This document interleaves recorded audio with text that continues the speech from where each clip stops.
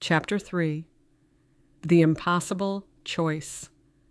Snow crunched beneath Rosalind's boots as she faced Mr. Winterborne. The housekeeper's voice resonated, urgent and persistent. Time slipped past, melting with the morning sun. She examined the green bud that had emerged under his hand. "The board meets at 3, she said. "Yes, and what of my offer?" he asked. "What is it?" "Your grandmother understood the balance." "Is that why the weather won't break? Because of you?" "You give me too much credit." He inclined his head. "Miss Rosalind!" Mrs. Barrett shouted, more urgently this time. The wind shifted, bearing the sound of the mill whistle. Rosalind reflected on the tired workers, the hard-pressed families, the children wrapped in too thin blankets. "What exactly are you proposing, Mr. Winterborne?" she asked. He stepped to the stone cherub fountain, passing his hand over its frozen basin. Ice cracked and water flowed, defying the frigid air. "A different course that still honors your grandmother's vision. There isn't a monetary cost." A flicker at the edge of her vision stole her focus. Professor Merrick was returning, his leather portfolio clutched against the wind, his expression stern. Mr. Winterborne stepped back. "I'm a patient man," he whispered. "I'll meet you at midnight, here, by the fountain." "Why?" "To discuss my proposal." "I don't know what it is." "What will you give to see your town flourish again?" She swiveled, though he was gone, vanished between one heartbeat and the next, leaving only footprints past the garden. Several moments later, Professor Merrick's steps slowed as he reached her. "The board has moved the meeting ahead, Miss Drew." "Our secretary phoned you, though unsuccessfully, I'm afraid, so I'm here to escort you personally." His thick gray brows knitted together as he searched her face. "You look flustered." Rosalind flicked an invisible speck of lint from her coat. "I'm admiring the garden." She indicated the frozen rose bushes. "Even now there's beauty to be found." He glanced about, then shrugged. "I suppose there's a certain stark appeal. I prefer the controlled environment of a proper laboratory." He checked his pocket watch. "We must leave within the hour if we're to arrive on time, assuming you still agree to attend?" "Yes," Rosalind replied. How could she refuse him? "I'll have to prepare. Please wait in the conservatory. Mrs. Barrett will bring you tea." He dismissed the offer with a wave. "I'm fine. I'll look around. This place has always fascinated me." She knelt by the fountain where the flowers bloomed in snow.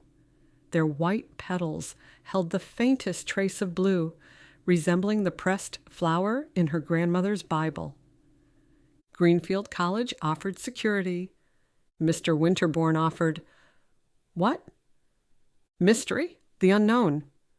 Nothing that she could rely on. But he brought a more important factor, a concept that seemed inconceivable. In her bedroom, Mrs. Barrett had laid out Rosalind's finest wool traveling suit, navy blue featuring a modest white collar. The jacket fitted at the waist and fastened with a row of neat buttons. A matching cloche hat rested beside it, its brim dipping perfectly to frame her face. A pair of kid leather gloves, a sensible handbag, and low-heeled boots, polished to a shine, sat nearby. "Your research quite impressed the Board of Trustees," Mrs. Barrett said. "They're prepared to offer you a 5-year appointment." Rosalind fastened the buttons on the jacket. "How do you know?" "The secretary informed me on the phone while we were waiting for you." Rosalind peered at her reflection in the full-length oval mirror. She imagined her father's relief at such respectable employment for her. No further concerns about heating bills or roof repairs. No more worrying if they could afford to keep the place running for another season. "Mrs. Barrett, do you believe in miracles?" Rosalind asked. I believe God works in ways we don't fully understand, the same way these plants grow. Rosalind followed Mrs. Barrett's gaze as the Fitzgeralds' eldest dashed toward the house. They quickly descended the stairs and opened the door before he could knock. "Miss Drew," he panted, his freckled face flushed. "Ma sent me to tell you. It's a boy. A healthy boy. The midwife says your special tea worked better than anything the doctor could have prescribed." Rosalind smiled. Reaching into the pocket of her dress, she pressed a coin into his mittened hand. "Such joyous news, Jimmy. Tell your mother I'll come visit when I return from Northampton." "Northampton?" Mrs. Barrett looked up sharply. "You've accepted the college's offer and will travel to Smith College right away?" "I have decided nothing yet," Rosalind murmured as the boy left. "I'll listen to the board's proposal before any commitments." The grandfather clock in the hall struck 9 in the morning as Rosalind slipped into the driver's seat of her father's old Model T, which Mrs. Barrett had insisted on having serviced for such occasions. Professor Merrick followed in his car behind her. As she pulled away, she glanced back at the conservatory's gleaming windows.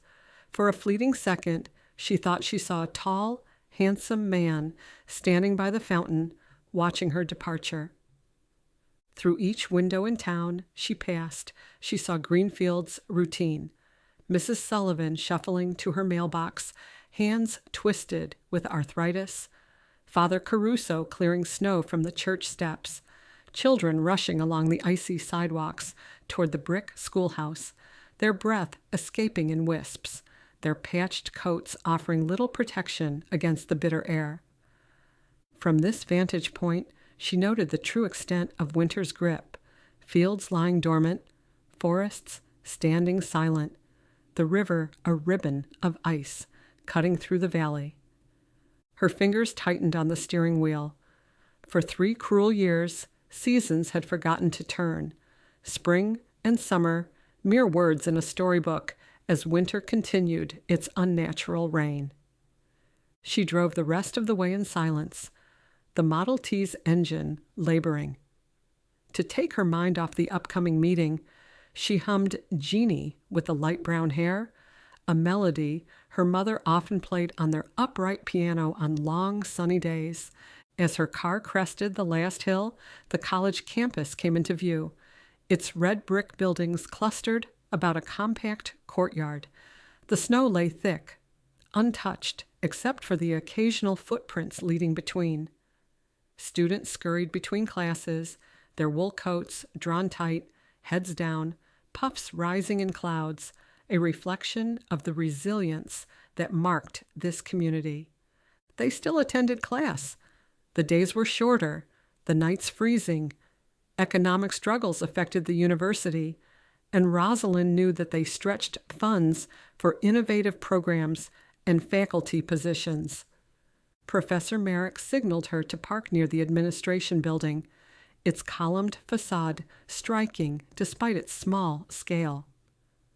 "The board is curious about your propagation methods," he commented as they approached the entrance. "Plants need more than science to grow," she said, reflecting on the copper pitcher and the ancient well. "They need certainty and direction, similar to humans." The professor chuckled. "Charming folklore, to be sure. The college focuses on reproducible methods, not superstition.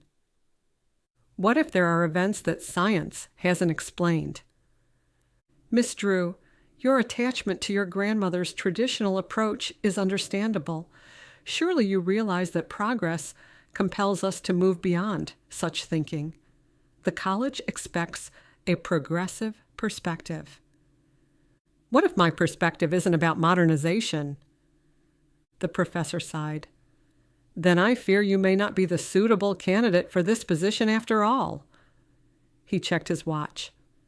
"We're meeting in the boardroom. President Halstead is attending. He's made it a point to be at important meetings since coming aboard." Rosalind matched the professor's brisk pace as they moved through the hallways.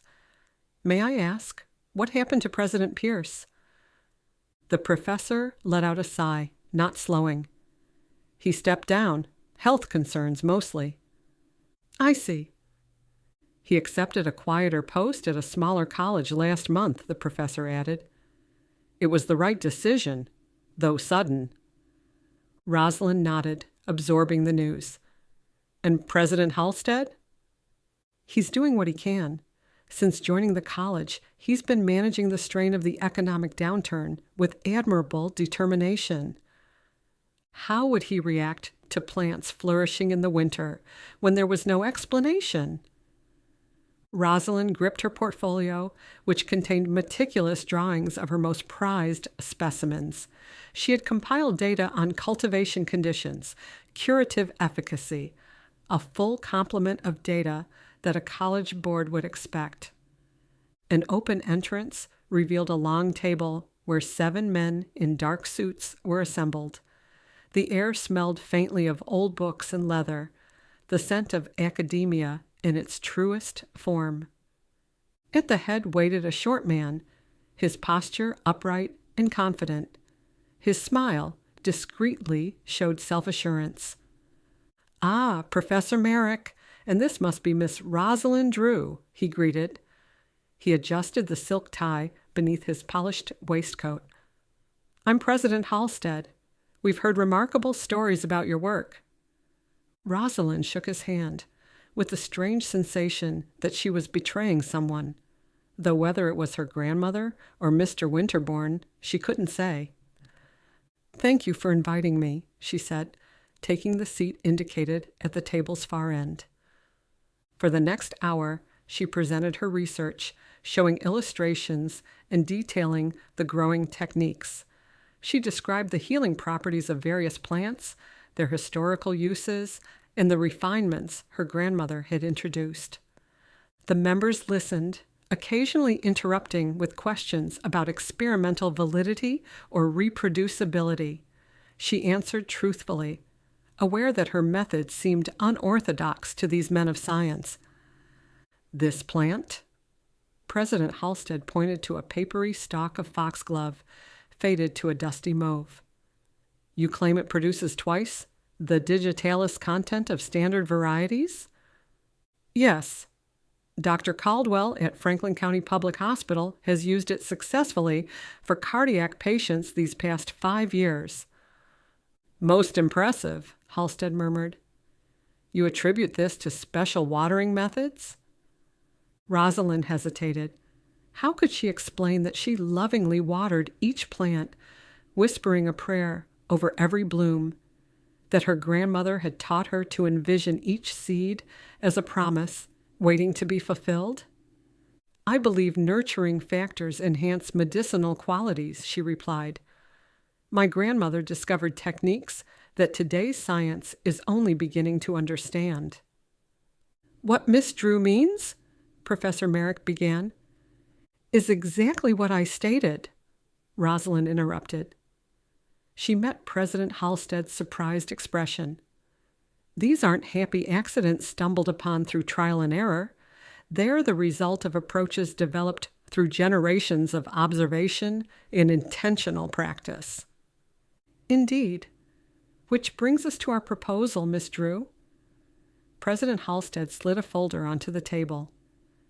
The university is prepared to offer you a 5-year appointment as head botanist in our upcoming medicinal research facility. You would have a laboratory, greenhouse, and assistants. She scanned the typed pages. The salary was generous, the facilities impressive. In return, the president continued, we will acquire the Drew Conservatory. We will preserve the building itself, though we will modernize it. What about the current plants, the medicinal beds? We will maintain those with proven effectiveness. We'll replace others for more scientifically valuable varieties. Rosalind considered the wilting violets that had rallied, of the foxglove that Dr. Caldwell relied on, of the copper pitcher, and the well that rendered ordinary water extraordinary. And my efforts? Providing remedies for residents? She inquired. President Halstead smiled. Your talents are too valuable to be spent on kitchen garden cures. Here, you'll advance medical knowledge for all of humanity, not only for one small community. The boardroom faced north, affording no view of Greenfield, yet Rosalind visualized it clearly. The Merrimack Textile Company, which had once employed half the town, producing uniforms and bandages for doughboys overseas, sat with windows darkened. The owners had moved operations south to the Carolinas, where coal costs were lower.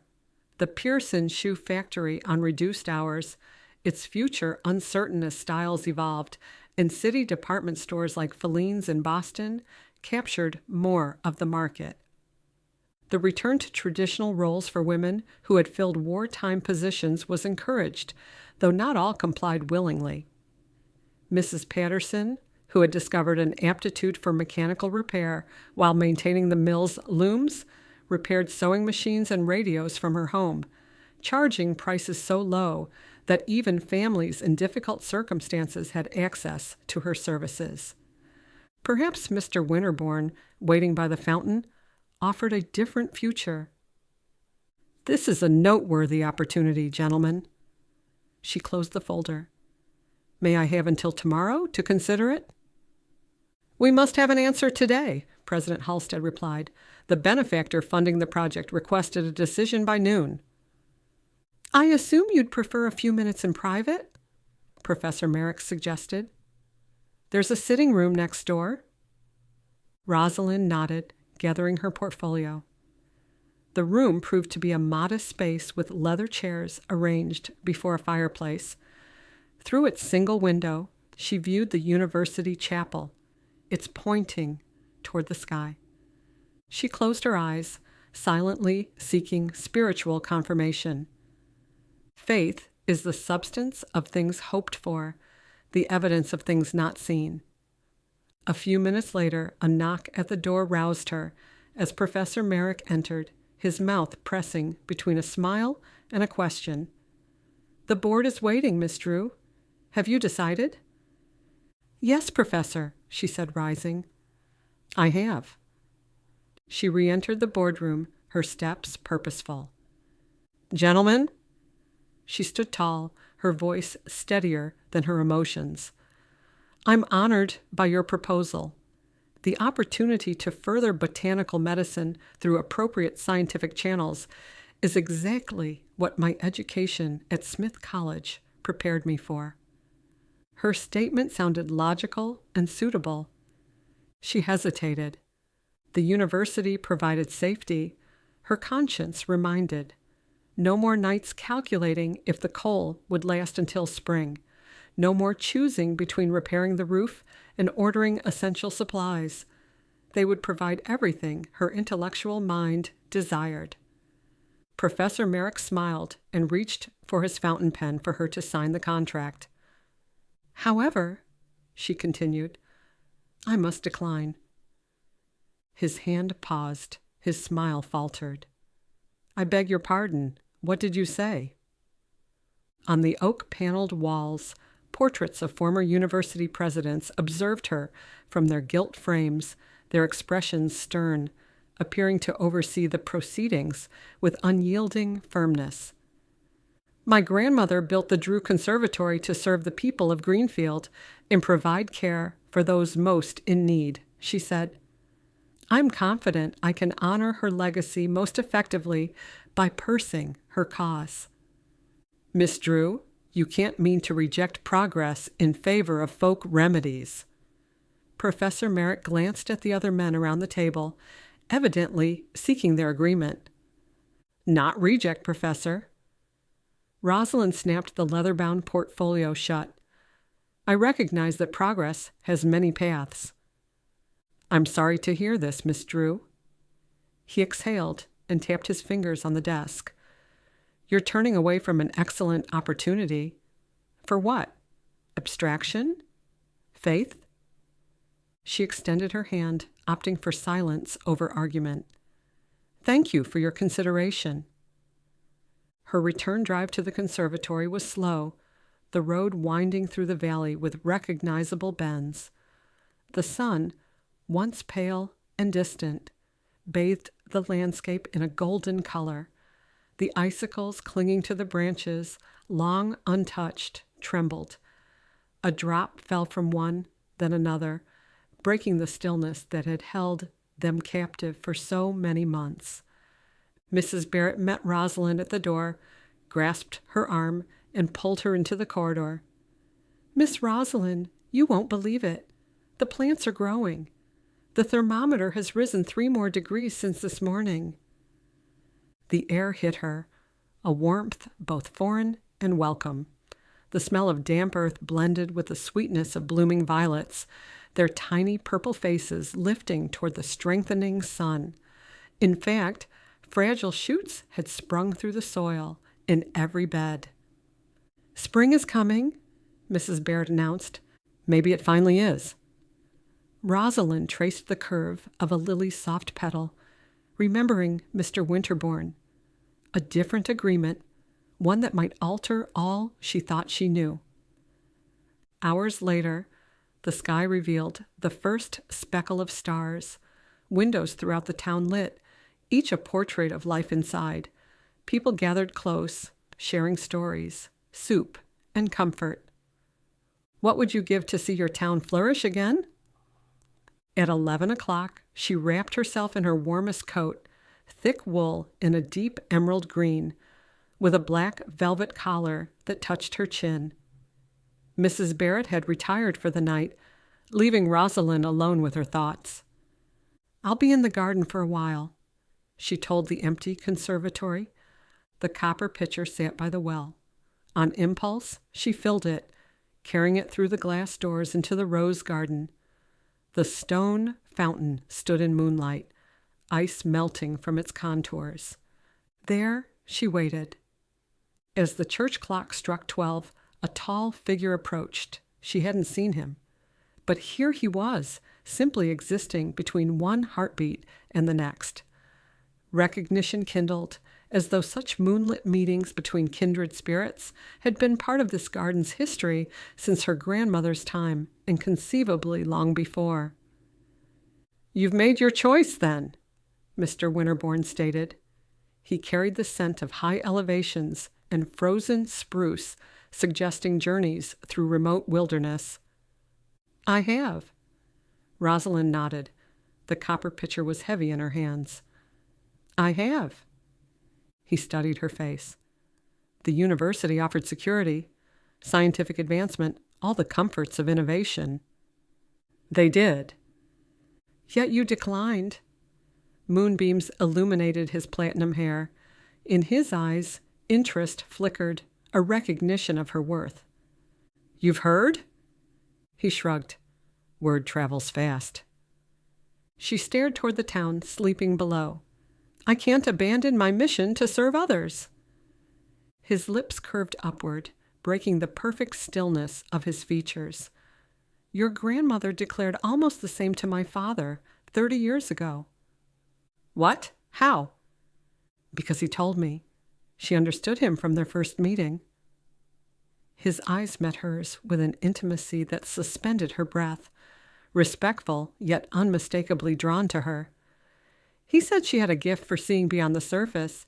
I believe you share the same gift." "Hope in the midst of the ordinary." She placed the copper pitcher on the fountain's edge. "What will you ask of me?" "What will you give?" "My grandmother dedicated her life to this place. I'm prepared to do the same." Rare is the person who selects such a path.